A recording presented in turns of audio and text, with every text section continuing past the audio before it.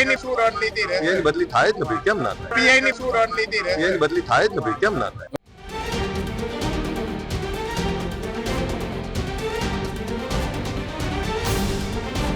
તમે સાંભળ્યા ધારાસભ્ય અને ઠાકોર સમાજના આગેવાન એવા અલ્પેશ ઠાકોરને.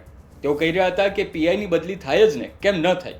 એ કયા પીઆઈ હતા અને કેમ એમની બદલી કરવા માંગતા હતા તેની આપણે વિગતવાર ગુજરાત તકમાં ચર્ચા કરી જ હતી. અને હવે જે રિઝલ્ટ આવ્યું છે તે એ છે કે તેમના કૈયાના 24 કલાકની અંદર જ તે પીઆઈની બદલી થઈ ચૂકી છે.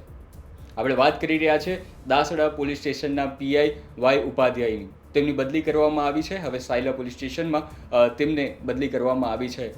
પ્રેમસુખ ડેલુ જે ત્યાંના એસપી છે સુરેન્દ્રનગરના, તેમણે જાહેર હિતની ખાતર તેમની બદલી કરી છે. આખો મામલો શું છે તે જાણીએ અને કેમ આ બદલી કરવામાં આવી 24 કલાકની અંદર જ તેની આપણે વિગતવાર ચર્ચા કરી જ હતી. કે ગ્રામજનો દાસડામાં આવેલું ગામ છે વાલેવડા, ત્યાંના યુવકો જે છે તેમણે એવી માહિતી પોલીસને આપી હતી કે અમારા ગામમાં દારૂ ખૂબ વેચાય છે અને આ બુટલેગરો જે છે ખુલ્લામ ફરી રહ્યા છે ને તેમની માહિતી અને તેમના નામ સહિતની ડિટેલ પોલીસને આપી હતી. પોલીસે જે છે તે બુટલેગરો પર કાર્યવાહી કરવાના બદલે ગ્રામજનો પર જ કાર્યવાહી કરી અને આખો આ મામલો જે છે તે ઘર્ષણમાં ફેલાયો. પીઆઈના હાથમાં બંદૂક હોય તેવા વિડીયો પણ ખૂબ વાયરલ થયા. આખા વિડીયો તમે અત્યારે પણ જોઈ શકો છો. આ કારણે ગ્રામજનો જે ઠાકોર સમાજની બહુમતી ધરાવતો વિસ્તાર છે એના જ કારણે અત્યારે અલ્પેશ ઠાકોર અને સાંસદ ગેનીબેન ઠાકોરે સુરેન્દ્રનગરમાં રવિવારે જ્યારે બંધારણની ચર્ચા કરી હતી ત્યારે તેમણે બંધારણની સાથે સાથે આ પીઆઈની બદલી કરવા માટે ઉગ્ર માંગ રજૂ કરી હતી. આ બંનેના વિડીયો તમે જોશો કે રવિવારે આજે મિટિંગ બોલાવાઈ હતી ત્યારે તેમણે બંને શું કહ્યું. આ જ કારણ હતું જ્યારે પોલીસે એવું કહ્યું હતું કે અમે લોકો એક દારૂડિયા પર કાર્યવાહી કરી રહ્યા હતા અને ત્યારે ગ્રામજનો આવે છે અને તેમણે અમારી ફરજમાં રૂકાવટ કરી છે અને એના કારણે આ ઘર્ષણના દ્રશ્યો સર્જાયા હતા. આ બંને હકીકતની વચ્ચે સાચી હકીકત તો એ છે કે હવે તે પીઆઈની બદલી થઈ ચૂકી છે.